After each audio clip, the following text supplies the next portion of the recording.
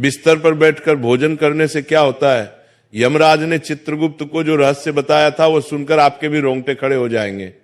तो चलिए जानते हैं कि मनुष्य को बिस्तर पर बैठकर भोजन क्यों नहीं करना चाहिए।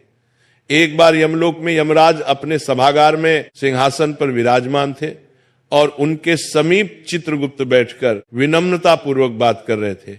वार्तालाप के दौरान चित्रगुप्त ने यमराज से जिज्ञासा प्रकट की, हे प्रभु, कृपा करके मेरी कुछ शंकाओं का समाधान कीजिए। मनुष्य को भोजन किस प्रकार से करना चाहिए? भोजन करने के लिए उचित दिशा और स्थान कौन सा है? किन स्थान पर बैठकर भोजन नहीं करना चाहिए? भोजन से पूर्व क्या करना चाहिए और भोजन के बाद क्या करना चाहिए? किसके घर का भोजन नहीं करना चाहिए? किन स्थान पर बैठकर भोजन करने से आयु कम होती है? कृपया करके मेरे इन सभी प्रश्नों का उत्तर दीजिए। यमराज मुस्कुराए और चित्रगुप्त को उत्तर देते हुए बोले, हे चित्रगुप्त, तुमने बहुत उचित प्रश्न पूछे हैं। वास्तव में इन सभी प्रश्नों का उत्तर मनुष्य के आचार व्यवहार और उसकी आदतों में छिपा होता है। जैसा आचरण मनुष्य करता है वैसा ही फल उसे भोगना पड़ता है। अच्छे आचरण से सुख और दीर्घायु प्राप्त होती है, वहीं अनुचित आदतों के कारण दुख और अकाल मृत्यु तक हो सकती है। मनुष्य को भोजन करते समय शास्त्रों के नियमों का पालन अवश्य करना चाहिए। जो भी मनुष्य शास्त्रों के नियमों का पालन करते हुए भोजन ग्रहण करता है वो निश्चित ही दीर्घायु होता है। उसका शरीर रोग और व्याधियों से दूर रहता है, उसके शरीर में पाप वास नहीं करते हैं। इसीलिए भोजन करते समय मनुष्य को दिशा, स्थान, समय और उम्र का ध्यान अवश्य रखना चाहिए। यह सुनकर चित्रगुप्त ने विनीत स्वर में कहा, हे प्रभु, कृपया इन रहस्यों को विस्तार से समझाएं। भोजन संबंधी जो जो नियम है मुझे विस्तार से बताइए। यमराज गंभीर स्वर में बोले, हे चित्रगुप्त, तुम्हारे प्रश्नों का उत्तर देने से पहले मैं तुम्हें एक प्राचीन कथा सुनाता हूं। इस कथा को ध्यान से सुनो, इसमें तुम्हें तुम्हारे सभी प्रश्नों के उत्तर मिल जाएंगे। ये कथा अत्यंत शिक्षाप्रद है। जो भी इस कथा का श्रद्धा पूर्वक श्रवण करेगा और उसका प्रचार करेगा, उसके 32 प्रकार के पाप मैं क्षमा कर दूंगा। यह सुनकर चित्रगुप्त हर्षित हो गए और बोले, हे धर्मराज, आपके मुख से इस महान कथा को सुनना मेरा सौभाग्य है। मैं ध्यान पूर्वक इसे अवश्य सुनूंगा। फिर यमराज चित्रगुप्त को प्राचीन कथा सुनाने लगते हैं। वो कथा मैं आपको सुनाऊंगी। प्रिय श्रोताओं, ये कथा बहुत ही ज्ञानवर्धक है। इस कथा को आप अंत तक जरूर सुने। प्राचीन काल में मगध देश के विजयपुर नामक राज्य में चंद्रकेतु नाम के प्रतापी और धर्मपरायण सम्राट राज्य करते थे। उस राज्य में प्रकृति की भरपूर संपदा थी और प्रजा अत्यंत सुखी एवं संतुष्ट थी। राजा चंद्रकेतु गुणवान, बुद्धिमान तथा दयालु हृदय के थे। वह सदैव प्रजा के हित में प्रयत्नशील रहते और यज्ञ, दान व जनकल्याण के अनेक कार्य करते रहते थे। प्रजाजन उन्हें पिता के समान आदर एवं प्रेम देती थी। राजा की पत्नी रानी शीलवती भी उतनी ही धर्मपरायण, सुंदर और सदाचारी थी। रानी शीलवती प्रतिदिन पूजा पाठ करती, जरूरतमंदों को अन्न वस्त्र दान करती और सच्चे हृदय से प्रजा के कल्याण की कामना करती थी। इस दिव्य दंपति के राज्य में सभी सुखी थे, किंतु एक दुख था जो राजा रानी के हृदय को सालता रहता था। वह दुख था संतान न होना। राजा चंद्रकेतु और रानी शीलवती की कोई संतान नहीं थी। वर्षों बीत गए, उन्होंने अनेक व्रत, पूजा और यज्ञ किए, देवी देवताओं से प्रार्थना की, ऋषि मुनियों की सेवा की, परंतु उन्हें पुत्र या पुत्री प्राप्त नहीं हुई। दोनों इस बात से अत्यंत दुखी रहते थे। राजा अपने महल में कई बार चिंतित होकर सोचते, मैंने ऐसा कौन सा पाप किया है जो मुझे पुत्र सुख से वंचित रहना पड़ रहा है। राज्य में सब कुछ है, प्रजा सुखी है, पर मेरे वंश को आगे ले जाने वाला कोई उत्तराधिकारी नहीं। क्या मेरे पुण्यों में कमी रह गई या पूर्व जन्म के किसी अपराध का फल मुझे मिल रहा है? राजा चंद्रकेतु दिन प्रतिदिन अधिक उदास रहने लगे।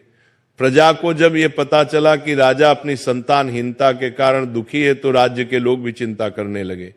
सब ईश्वर से प्रार्थना करते कि राजा रानी को शीघ्र संतान सुख प्राप्त हो।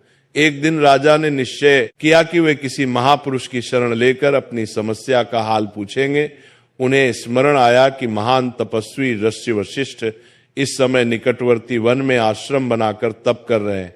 ऋषि वशिष्ठ त्रिकालदर्शी एवं दिव्य दृष्टि वाले महात्मा हैं। वे अवश्य ही इस रहस्य को जान सकते हैं। राजा ने निश्चय किया कि वे स्वयं आश्रम जाकर ऋषि वशिष्ठ से मार्गदर्शन मांगेंगे। अगले ही दिन प्रातः राजा चंद्रकेतु कुछ सहयोगियों सहित अपने रथ पर सवार होकर वन की ओर चल पड़े। शीघ्र ही राजा वशिष्ठ मुनि के शांत आश्रम पहुंचे, जो हरे भरे वृक्षों से घिरा था और जहां पक्षियों का मधुर कलरव गूंज रहा था। ऋषि वशिष्ठ आश्रम के द्वार पर ही मानो उनकी प्रतीक्षा कर रहे थे। राजा को आते देख ऋषि ने मुस्कुराकर स्वागत किया और बोले, राजन, हमारे आश्रम में तुम्हारा स्वागत है। आज इधर आने का क्या कारण है? सब कुशल तो है? कहीं राज्य कार्य से विरक्त होकर संन्यास लेने का विचार तो नहीं बना लिया? इतना कहकर ऋषि ने हल्की मुस्कान की, फिर गंभीर हो गए।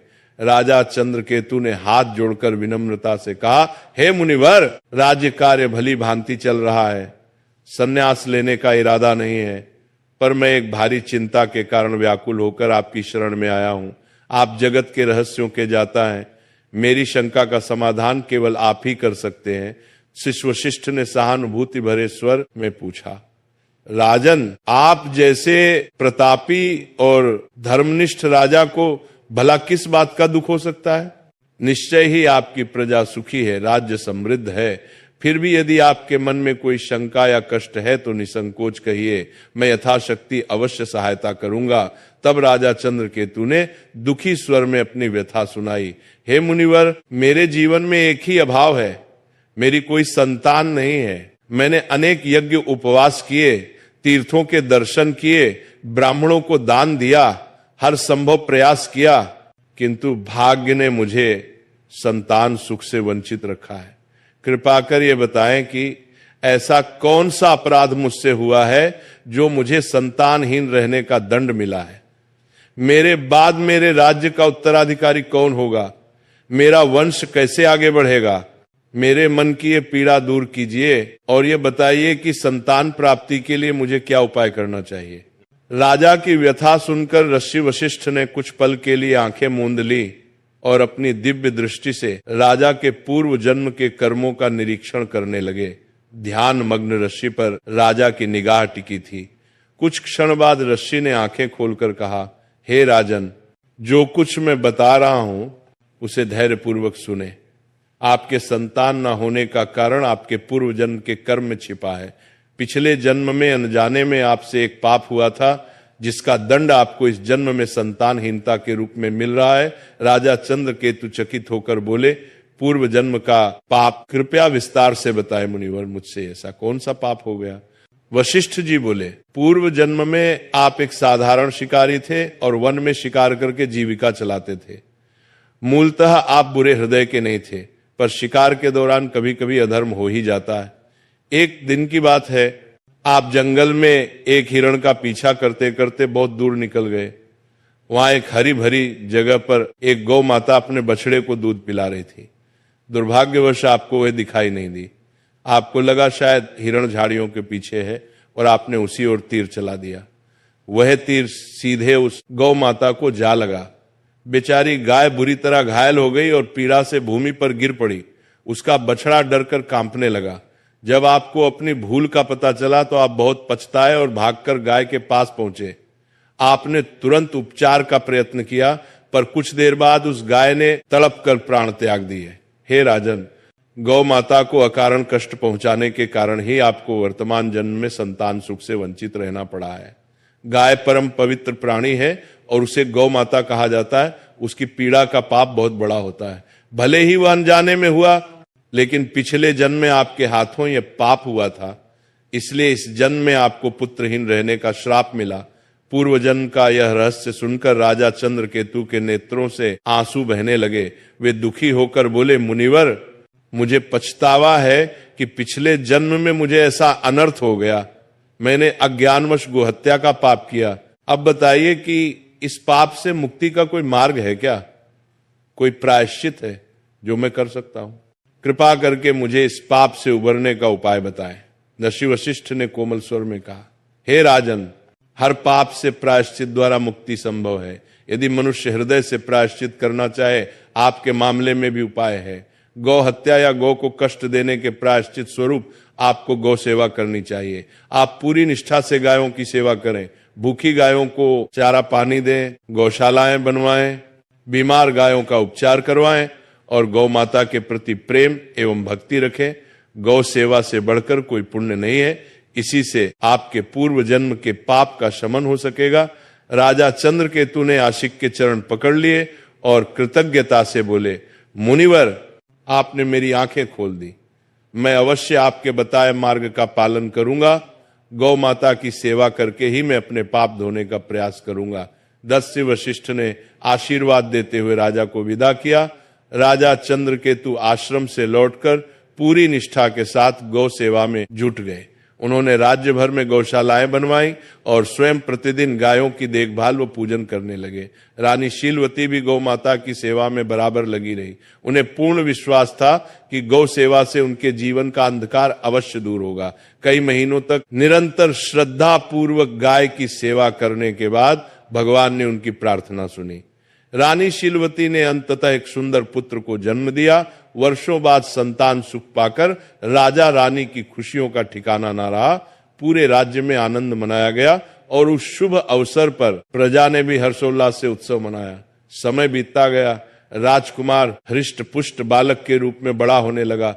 राजा रानी ने उसका लालन पालन बड़े लाड प्यार से किया। वर्षों बाद संतान मिलने के कारण राजकुमार की प्रत्येक इच्छा पूरी करते थे। माता पिता को प्रसन्न रखने के लिए महल के सेवक भी राजकुमार को दुलार देते और कभी किसी बात के लिए उसे कठोर अनुशासन में नहीं रखा जाता था। अत्यधिक लाड़ प्यार के कारण राजकुमार अनुशासनहीन होने लगा था। हालांकि वह हृदय से बड़ा नहीं था। बचपन से ही उसे मन मर्जी करने की छूट मिल गई थी। वह सुबह देर तक सोया रहता और बिना नहाए धोए रसोई से नाश्ता मांग लेता। कभी भोजन कक्ष में जाने का कष्ट नहीं करता, बल्कि बिस्तर पर ही भोजन करने की जिद करता। महल के दास दासियां सोने की थाली में तरह तरह के पकवान सजाकर राजकुमार के शयन कक्ष तक ले आते। राजा या रानी उसे डांटते टोकते नहीं थे और सेवक भी उसकी हर इच्छा पूरी करते थे। राजगुरु सहित कुछ बुजुर्गों ने कभी कभार राजकुमार को समय पर स्नान करने और उचित स्थान पर बैठकर खाने की सलाह भी दी, परंतु माता पिता ने प्रेमवश उसकी गलतियों को अनदेखा कर दिया। रानी शीलवती भी बेटे की हर फरमाइश पूरी करती थी और चाहती थी कि उसका बचपन हंसी खुशी बीते। इस प्रकार राजकुमार युवा किशोर अवस्था तक आया। देखते देखते वह 16 वर्ष का हो गया। राजा चंद्रकेतु ने मन ही मन उसे अपना उत्तराधिकारी मानना शुरू कर दिया था, किंतु विधि को कुछ और ही मंजूर था। 16 वर्ष की आयु में राजकुमार अचानक एक गंभीर रोग से पीड़ित हो गया। राजवैद्य ने इलाज में कोई कसर न छोड़ी। दूर दूर से वैद्य बुलाए गए और यज्ञ प्रार्थनाएं भी की गईं, किंतु कुछ भी कारगर नहीं हुआ। कुछ ही दिनों के भीतर दुर्भाग्यवश उस किशोर राजकुमार ने अपने प्राण त्याग दिए। इस आकस्मिक वज्रपात से राजा रानी पर दुखों का पहाड़ टूट पड़ा और पूरे राज्य में शोक छा गया। इस घटना के बाद राजा चंद्रकेतु ने राजपाट त्यागने का निर्णय कर लिया। उन्होंने अपने भतीजे को राज्य सौंप दिया और रानी शीलवती के साथ वन में ऋषि वशिष्ठ के आश्रम जा पहुंचे। ऋषि वशिष्ठ ने राजा रानी को अत्यंत शोकाकुल देखा तो स्नेहपूर्वक कारण पूछा, राजन, आप इतने व्यथित क्यों हैं? राजा चंद्रकेतु ने रोते हुए अपने पुत्र की अकाल मृत्यु की कथा ऋषि को सुना दी। तब ऋषि वशिष्ठ ने ध्यान लगाकर अपनी दिव्य दृष्टि से कारण जानने के बाद कहा, हे राजन, आपके पुत्र की आयु क्षीण होने का कारण उसके अपने ही आचरण में था। आपको पूर्व जन्म के पुण्य फल से पुत्र की प्राप्ति तो हुई, किंतु आपके पुत्र ने बचपन से ही कुछ ऐसी अनुचित आदतें अपनाई जिनके परिणाम स्वरूप उसे अल्पायु में ही मृत्यु का सामना करना पड़ा है। आपका पुत्र प्रतिदिन बिना स्नान किए भोजन करता रहा और प्रायः बिस्तर पर बैठकर ही भोजन करता रहा। जो मनुष्य बिना नहाए धोए भोजन करता है उसकी आयु क्षीण हो जाती है, और जो मनुष्य बिस्तर पर बैठकर भोजन करता है उसके शरीर में विभिन्न रोग उत्पन्न हो जाते हैं और उसके जीवन के भी असमय समाप्त हो जाने की आशंका रहती है। अनेक औषधियों और प्रयासों के बावजूद आपका पुत्र बचाया नहीं जा सका, क्योंकि उसकी देह उन अपवित्र आदतों का शिकार हो चुकी थी। नश्य के इन वचनों ने राजा रानी की आंखें खोल दी। उन्हें अपनी भूल का गहरा पश्चाताप हुआ और उन्होंने सांसारिक मोह त्यागने का निश्चय किया। राजा चंद्रकेतु ने वहीं आश्रम में रहकर शेष जीवन तपस्या और भगवान के चिंतन में बिताया। रानी शीलवती ने भी राजसी ठाट बाट त्याग कर अपने पति के साथ सादा जीवन अपना लिया। इस प्रकार राजा रानी ने दुख से ऊपर उठकर धर्म के मार्ग पर शांति पा ली। कथा सुनाकर यमराज ने चित्रगुप्त की ओर देखते हुए कहा, देखा चित्रगुप्त, किस प्रकार मनुष्य की अपनी आदतें उसके जीवन को संवारती या बिगाड़ती हैं। राजा चंद्रकेतु जैसे पुण्यात्मा को भी अपने पुत्र की अकाल मृत्यु का दुख सहना पड़ा, क्योंकि उनके पुत्र ने गलत आदतों का पालन किया था। अतः प्रत्येक मनुष्य को सावधान रहना चाहिए कि वह किस प्रकार का आचरण कर रहा है। मनुष्य को सदैव भोजन करने से पूर्व शारीरिक शुद्धि कर लेनी चाहिए। अपने 5 अंग, दोनों हाथ, दोनों पैर तथा मुखमंडल को अच्छी तरह जल से धोना चाहिए। यदि संभव हो तो भोजन से पूर्व स्नान करके पवित्र होकर ही अन्न ग्रहण करना चाहिए। बिना स्नान किए भोजन करना शास्त्रों में वर्जित है। ऐसा करना पशुओं जैसा आचरण माना गया है और इससे आयु कम होती है। साफ सफाई के बाद ही मनुष्य को अन्न ग्रहण करना चाहिए। भोजन आरंभ करने से पूर्व मनुष्य को अन्नपूर्णा देवी तथा परमात्मा को स्मरण कर धन्यवाद देना चाहिए, जिनकी कृपा से भोजन प्राप्त हुआ है। साथ ही प्रार्थना करें कि संसार के अन्य सभी प्राणियों को भी आहार प्राप्त हो। इस प्रकार मन ही मन ईश्वर को प्रणाम करके आदर पूर्वक भोजन करने से अन्न पवित्र रहता है और वह शरीर को पूर्ण पोषण देता है। भोजन करते समय बैठने का स्थान भी शुद्ध और उचित होना चाहिए। जमीन पर चटाई बिछाकर पालथी मारकर बैठकर भोजन करना श्रेष्ठ माना गया है। बिस्तर पर बैठकर भोजन करना अशुभ तथा स्वास्थ्य के लिए हानिकारक होता है। शैया पर अन्न ग्रहण करने से अपवित्रता बढ़ती है और शरीर विभिन्न रोगों का घर बन जाता है। हे चित्रगुप्त, 3 प्रकार का भोजन मनुष्य को कभी नहीं करना चाहिए। पहला वह भोजन जिसके ऊपर से कोई व्यक्ति पैर रखकर चला गया हो या जिसे किसी ने लांघ दिया हो। ऐसा अन्न अपवित्र हो जाता है और उसे खाने से उम्र घटती है। वो तरह तरह के रोग लगते हैं। उस भोजन को पशुओं को डाल देना चाहिए। दूसरा वह भोजन जिसमें बाल, कीड़े या कोई अन्य शुद्ध वस्तु गिर गई हो। यदि थाली के भोजन में बाल निकल आए तो समझना चाहिए कि वह अन्न त्याग देने योग्य हो गया है। ऐसा अन्न न स्वयं खाना चाहिए, न भगवान को भोग लगाना चाहिए। ऐसे अशुद्ध अन्न का सात्विक लाभ समाप्त हो जाता है और प्रेत योनि के जीव उसका उपभोग करते हैं। तीसरा वह भोजन जो किसी अन्य के लिए परोसा गया हो। याद रखें, कभी भी दूसरे का हिस्सा छीनकर नहीं खाना चाहिए। जो व्यक्ति दूसरों का भाग चुराकर खाता है या बिना बांटे खुद खा लेता है, उसे अन्नपूर्णा देवी रुष्ट हो जाती है। ऐसा करने से उसके पुण्य नष्ट हो जाते हैं और उसके जीवन में दरिद्रता एवं संकट आते हैं। अतः भोजन हमेशा सबसे बांटकर और उचित पात्र को अर्पित करके ही करना चाहिए। इसके अतिरिक्त भोजन का अनादर कभी नहीं होना चाहिए। झूठा भोजन व्यर्थ इधर उधर न फेंके और अन्न की बर्बादी न करें। अन्न देवता की कृपा से ही जीवन चलता है, इसलिए अन्न को आदर पूर्वक ग्रहण करें। जो मनुष्य नियमों का पालन करेगा वह स्वस्थ, निरोगी और दीर्घायु होगा। उसके जीवन में सुख समृद्धि बनी रहेगी और उसे अकाल मृत्यु का भय नहीं रहेगा। मनुष्य के आचार विचार ही उसके